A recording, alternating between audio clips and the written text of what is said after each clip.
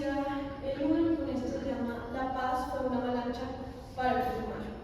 Entonces, desde el título quiero que se note cómo un evento, como un desastre natural, nos puede permitir hablar de las geografías de la paz, de la geografía de la memoria y de la resistencia de las mujeres en los territorios. Y también cómo estas atenciones a las crisis a veces son asumidas de alguna forma muy técnica y lo que nos revela es una memoria caliente y una memoria histórica de los procesos que han pasado en el territorio. Entonces, me ayudas por favor.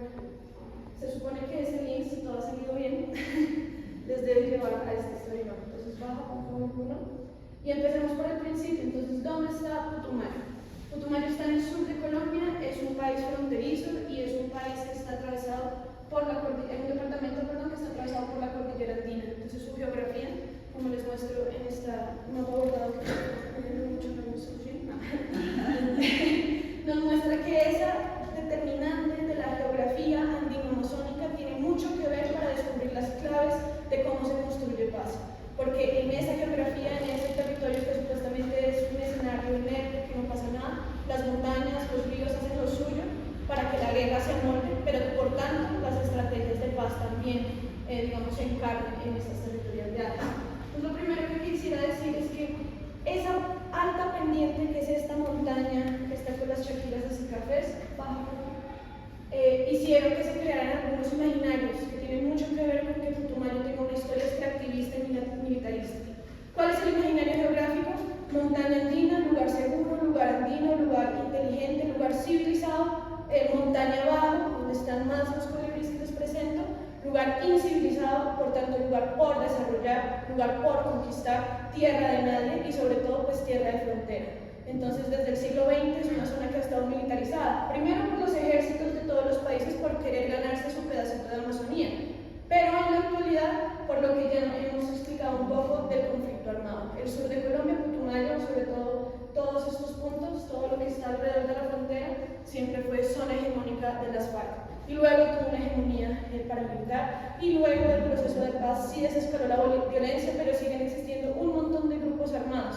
Todo esto para decir que antes, ahora y al parecer va a seguir siguiendo así, hay una alianza histórica entre extractivismo y militarismo.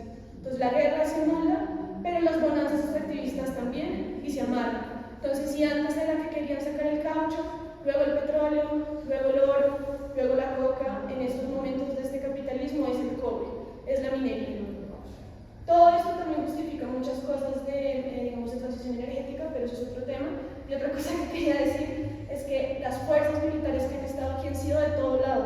Han estado ejércitos gringos, han estado ejército colombiano, ejército peruano, ejército ecuatoriano, también han estado pues muchas facciones paramilitares y muchas delincuencias comunes. La cosa con las FARC es que luego que se fueron, como nos explica la compañera, ya no sabemos con quién hablamos, porque ya no tenemos la jerarquía militar que siempre estuvo. Y las mujeres de base perdieron su oportunidad de dialogar directamente con los armados. Esta experiencia que les voy a contar hoy es una experiencia personal, pero también colectiva, donde yo hago parte de Guardianes del Agua del Putumayo, una organización de base que integra pues, a muchas personas, y yo tengo el gusto de ser como una investigadora de ese colectivo. Es decir, soy la única que he tenido como el privilegio de pasar a la educación superior y a los posgrados, porque en nuestro territorio no hay universidad. Si uno quiere estudiar, uno tiene que irse o a Quito o a Bogotá, y pues para mí fue posible. Entonces creo que eso también, como para posicionarme frente a ustedes, es un ejercicio de responsabilidad sobre qué es lo que están haciendo ellas. Yo solamente documento lo que ellas hacen y las acompaño en la medida que puedo, pero las que están poniendo el cuerpo realmente son ellas. Ellas son 136 mujeres que están en las 3 subregiones del Putumayo: alto, montaña, medio y de monte amazónico, y bajo, que sí es llanura amazónica. Entonces, en esa transición, montaña y selva es donde ellas trabajan y son resultado de un gran proceso que se llama Tejedoras de Vida del Putumayo, que es una organización defensora de derechos humanos. ¿Qué es lo que pasa? Que Tejedoras de Vida del Putumayo era una organización defensora de derechos humanos que, cuando sucedió una avalancha en el 2017, que les voy a contar más de eso, se dio cuenta que carecían de un enfoque ambiental, a pesar de que siempre había estado presente. Entonces, como una estrategia política, hacen un subgrupo que son las guardianas del agua, pero eso no quiere decir que ellas no hayan estado en primera fila en las masacres, en la negociación de paz y pues todo lo que implica vivir en una zona de conflicto. Entonces, a pesar de que este esfuerzo es nuevo, viene desde el 2017 su historia viene pues desde mucho antes, ¿no? Entonces estas son algunas de las pañoletas de la organización. Como les decía, pasamos una avalancha el 31 de marzo de 2017. Como tienen acceso al mapa, también lo compartimos en grupos de WhatsApp, pueden ver las fotos de lo que significó ese día. Pero lo que pasó ese día es que se mezclaron factores geográficos, porque con esta montaña es tan alta, pues todos los vientos de la Amazonía llegan y se chocan justo en la montaña de Mocoa. Entonces por eso Mocoa es uno de los lugares más lluviosos. Mocoa es la capital del departamento y, si me permites, es este colibrí, es este que está acá. Entonces, como viene toda la lluvia de por acá, cuando se choca con la montaña, pues llueve mucho. Eso es un factor natural, ¿cierto? Pero todas las cuencas de los ríos estaban degradadas por minería, por petróleo, por un montón de cosas, y eso ayudó que esa noche pues, se llevara todo el pueblo. No tengo el mapa, no lo tengo que hacer, pero para explicarles es como si 3 ríos fueran así y se crecieran tanto que hicieran uno solo. Entonces murieron aproximadamente, o sea, entre muertos, desaparecidos y desahuciados, hay unas 1000 víctimas. Y en esa atención humanitaria pues tuve también que estar yo. Yo estaba en Bogotá estudiando, pero nos tocó a todos los putumayenses, porque salimos de la región, a organizar, digamos, esa atención humanitaria porque el Estado no dio abasto. Descubrimos en ese proceso que habían alertas tempranas, que estaba súper cantado que iba a suceder. Sabíamos que había un dinero que había venido por los procesos de paz. Dijeron, hay dinero para construir paz en el Putumayo, llegaron esos dineros, se dio para infraestructura social, para un montón de propuestas. No sucedieron, y pues eso replicó unas geografías también de la violencia, porque ¿quiénes fueron los que más murieron en la avalancha? Pues las personas que vivían en el barrio de los desplazados. ¿Qué es el desplazamiento en Colombia? El mayor crimen, o sea, es la mayor forma de victimización, que te obliguen a salir de tu casa por tu tierra, por tu territorio o por tu liderazgo. Entonces, como nos contaba la compañera, pues los procesos de paz que hemos tenido en Colombia, el más esperanzador ha sido el de La Habana, y aún así ha sido muy difícil. En el papel, en su proceso de negociación, todo fue muy bonito, pero en su implementación hubo muchas fallas.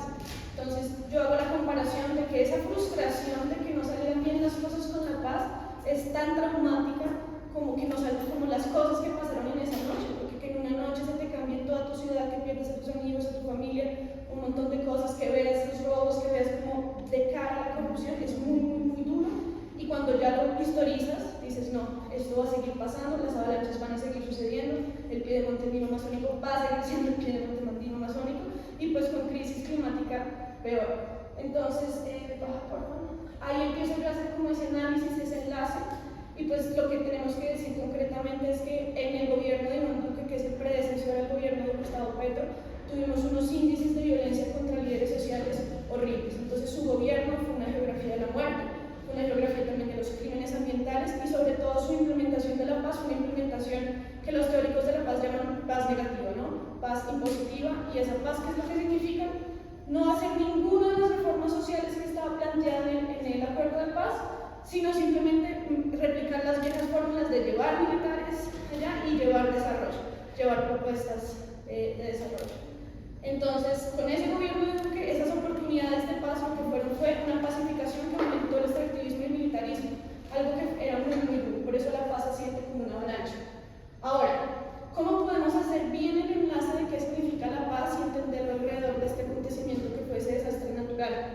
Que la paz nos trae discusiones sobre el agua, sobre qué va a pasar con el territorio y con el agua. Sobre todo si ustedes ven en esos mapas, en ese mapa bordado, pues que hay muchos ríos, que son los ríos principales. Si nosotros mezclamos entonces los mapas que tienen resguardos indígenas con extractivismo, con todo lo malo, nos vamos a ubicar, si aquí también pasa eso, con las mismas zonas, son las mismas zonas de riesgo, son zonas que están llenas de riesgo. ¿Cuáles son los problemas con el agua? La contaminación, ¿de qué? De mercurio, glifosato, arsénico, la escasez, que haya deforestación, también los ríos de agua, o que no te llegue agua potable a la casa, el exceso, una avalancha, que llueva demasiado, que se inunde tu casa una vez al año, y algo que es muy importante, y es el despojo del agua. ¿Qué entiendo yo por despojo? Porque hay mucha gente que teoriza despojo. Para mí el despojo del agua es cuando tú no te puedes bañar en tu río, ni puedes transitarlo, porque hay actores armados que te están diciendo, este río es mío y este es mi territorio. Entonces, las guardianas del agua en un contexto de paz se posicionan desde ir en contra de la contaminación, la escasez, el exceso y el despojo del agua del territorio. ¿Puedes bajar? Esto ha hecho que las lideresas que siempre han existido en el departamento ahora tengan más visibilización con el proceso de paz, pero pues se enfrentan a un contexto de violencia contra sus cuerpos y sus territorios.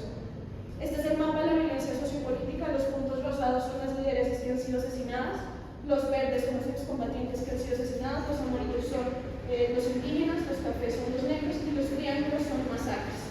Esto es solamente 4 años. Este es el mapa que nos dejó Iván Duque 4 años en el departamento de Putumayo. Y todo es muy duro, todo es muy duro, todo es muy duro, y por eso quiero aprovechar este espacio también para denunciar que a una chica de nuestra organización, a una mujer, a Gloria Compo, la mataron en el 2020, el 7 de enero, y tenemos otra compañera, ¿puedes bajar?, que es de Yanira Guerrero, que sigue desaparecida. Entonces, esto es de verdad un escenario muy difícil, muy difícil, pero yo no me quiero quedar en eso, porque lo que quiero resaltar es que estas mujeres, a pesar de todo, han construido unas formas de reorganizar su vida social, y uno les puede hablar de un montón de cosas, y al día siguiente de cualquier crisis son las primeras en que están reconstruyendo, digamos, sus tejidos sociales, porque siempre ellas se han dado cuenta pues, de que siempre están en el lugar de los hechos y pueden responder.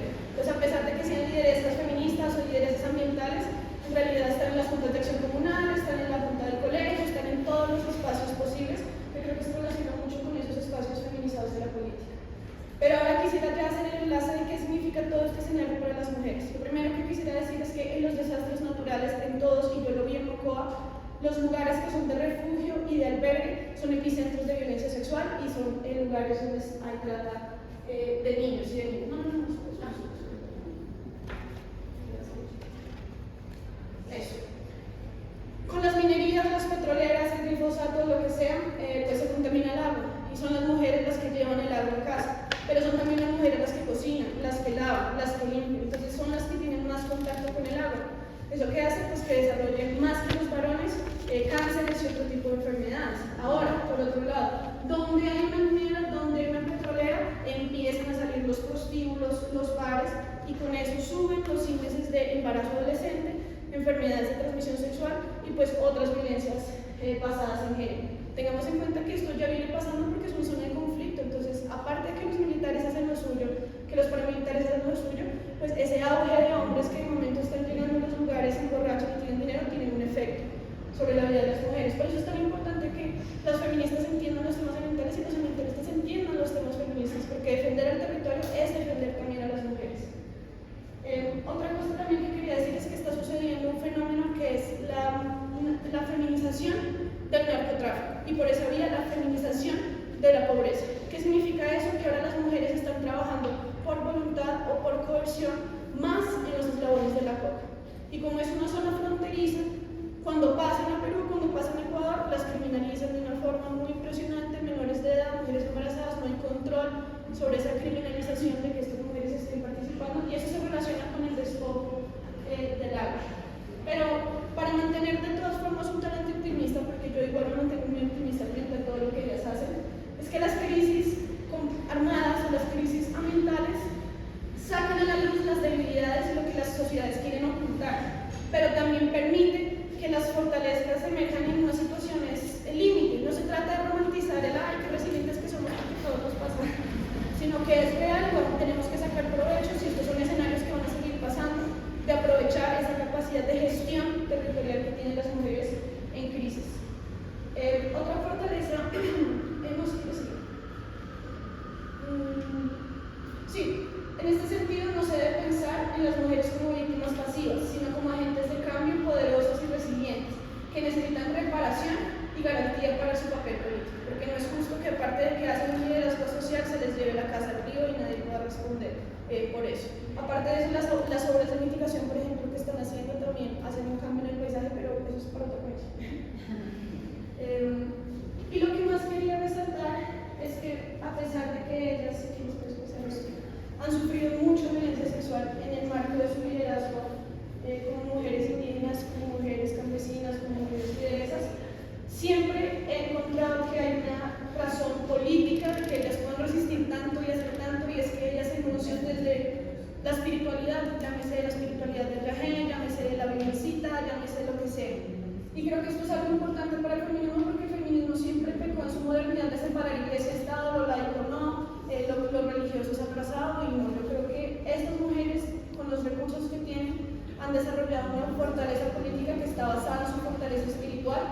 y que en esa fortaleza espiritual se ven cercanas a los ríos.